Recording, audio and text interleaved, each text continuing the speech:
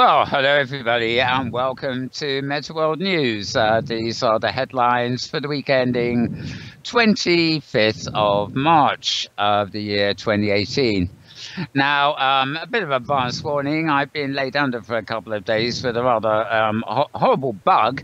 So if I start croaking and spluttering on you, you'll know what's happening. But we're going to try and get through this news anyway. 6 days ago, a post at virtuality-news.net. A Scottish council, or Scots Council as they officially say, is the first in the UK to provide VR headsets to schools. One of the councils up in Scotland is actually providing all the local school districts with VR headsets to help do their work in. Also, another post at Virtual Reality Times, or one word, .com.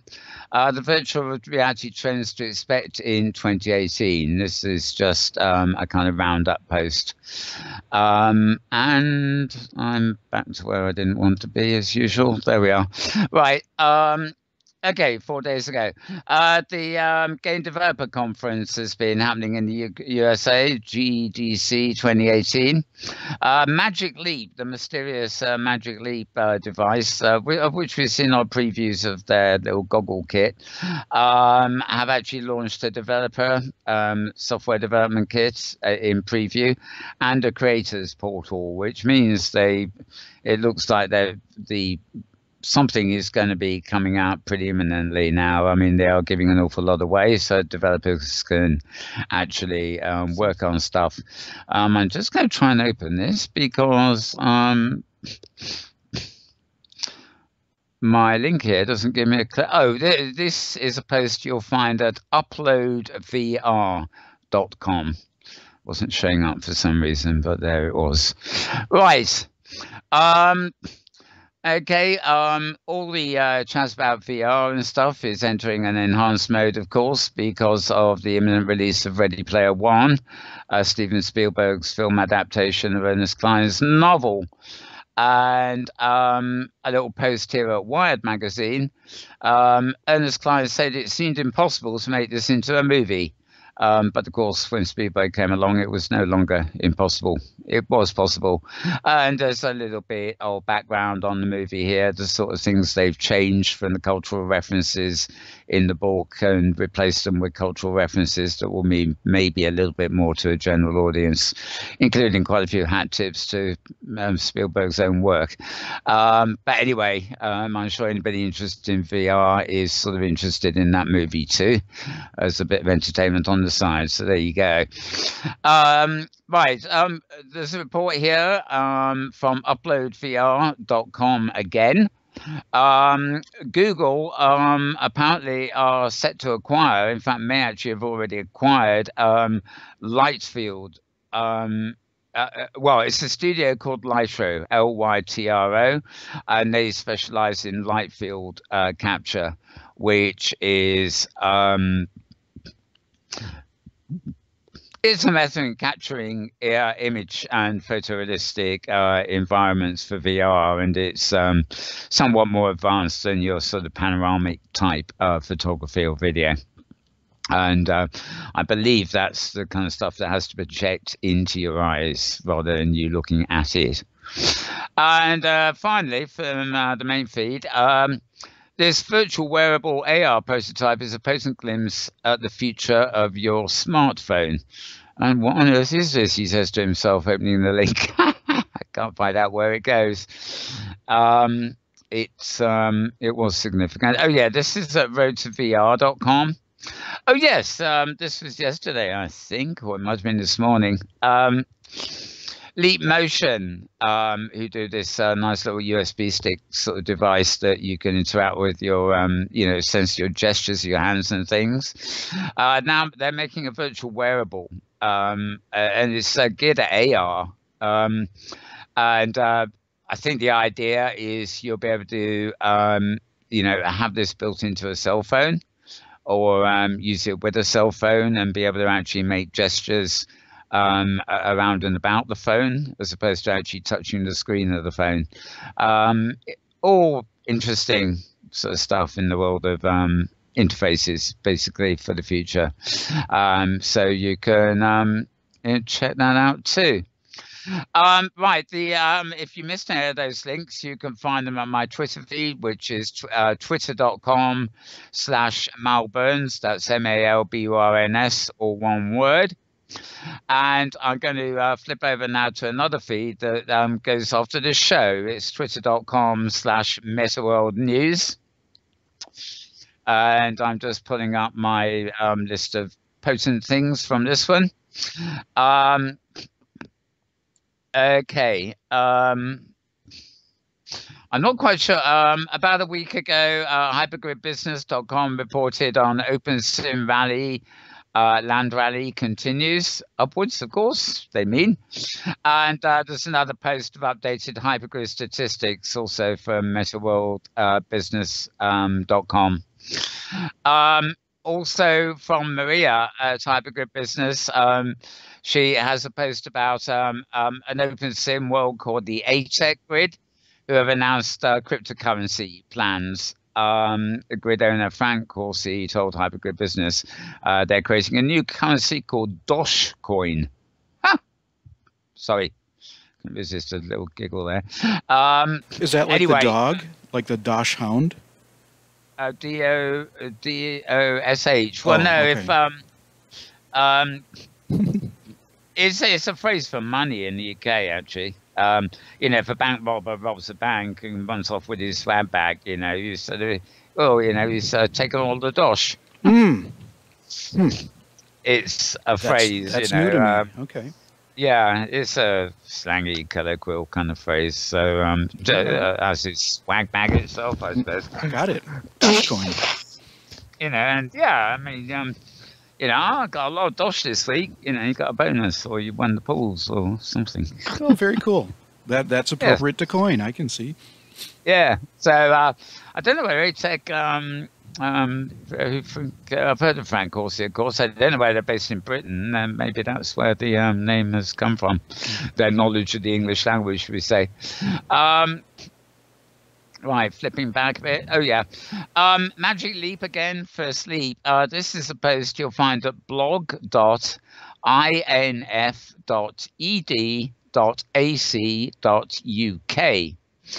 And this is, oh, God, I've forgotten his name offhand. This is basically Austin Tate, that's it, it's his blog. And he's basically given a review of what he's managed to get his hands on as far as the Magic Leap is concerned.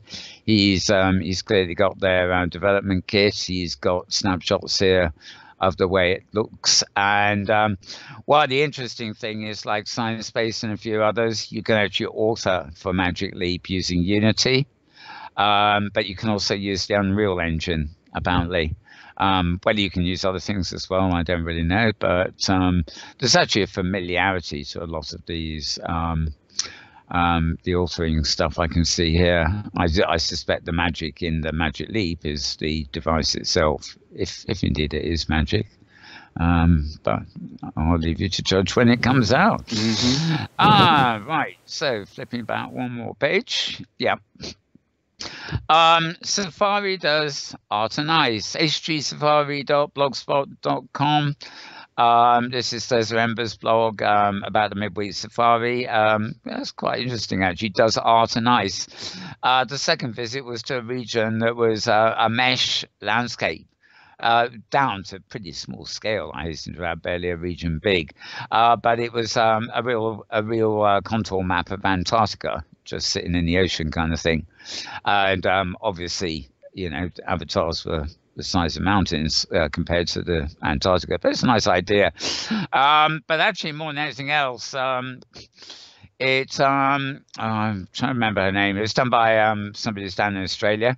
It's a kind of musical installation, though, because as you walk around, there are various sounds that you can switch on and off, and they all behave spaciously as you move around in them. And it's particularly nice if you can camera around, because as you're cameraing around, not like this unpredictable music appears from everywhere because of the collision of the different tones. and things in the different sound orbs that are coming closer or further away from you in camera. So quite an interesting experience there. I personally thought it looked extremely boring when I landed until I actually saw all the interaction at work. And previous to that, we went to Guinguet, French build on the Ignis Fatuus grid, and some wonderful moody French countryside experiences there, and a bit of an education in impressionistic art as well. Yeah, that grid is so amazing. Yeah, yep. Yeah, they got some good stuff there, I got to admit. Right.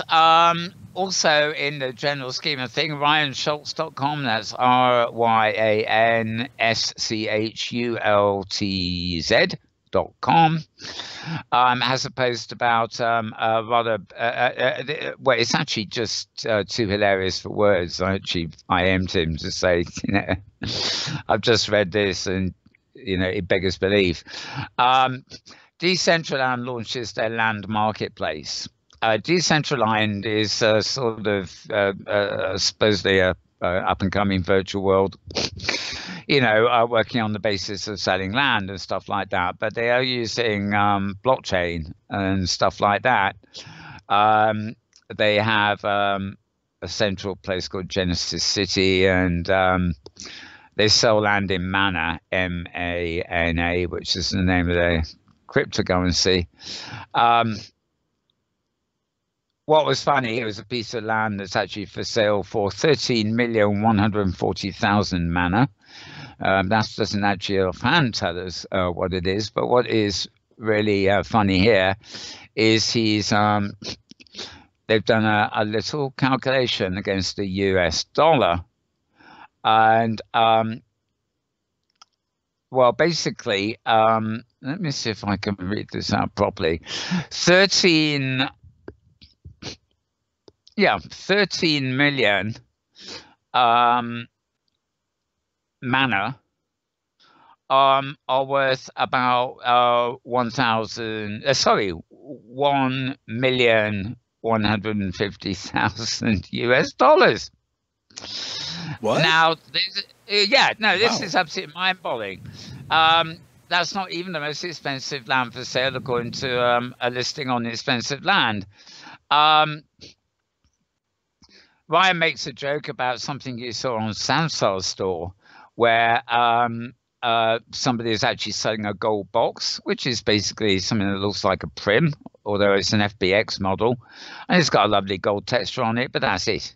That's all it is. It's a gold box. And apparently this sells for, I'm trying to count the zeros here. It looks like 10 million Sansar dollars.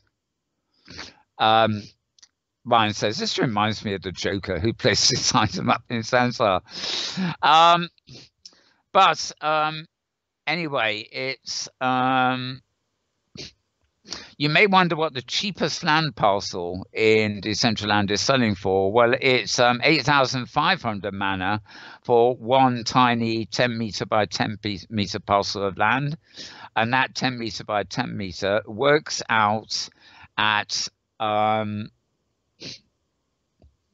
well, it's United States $740.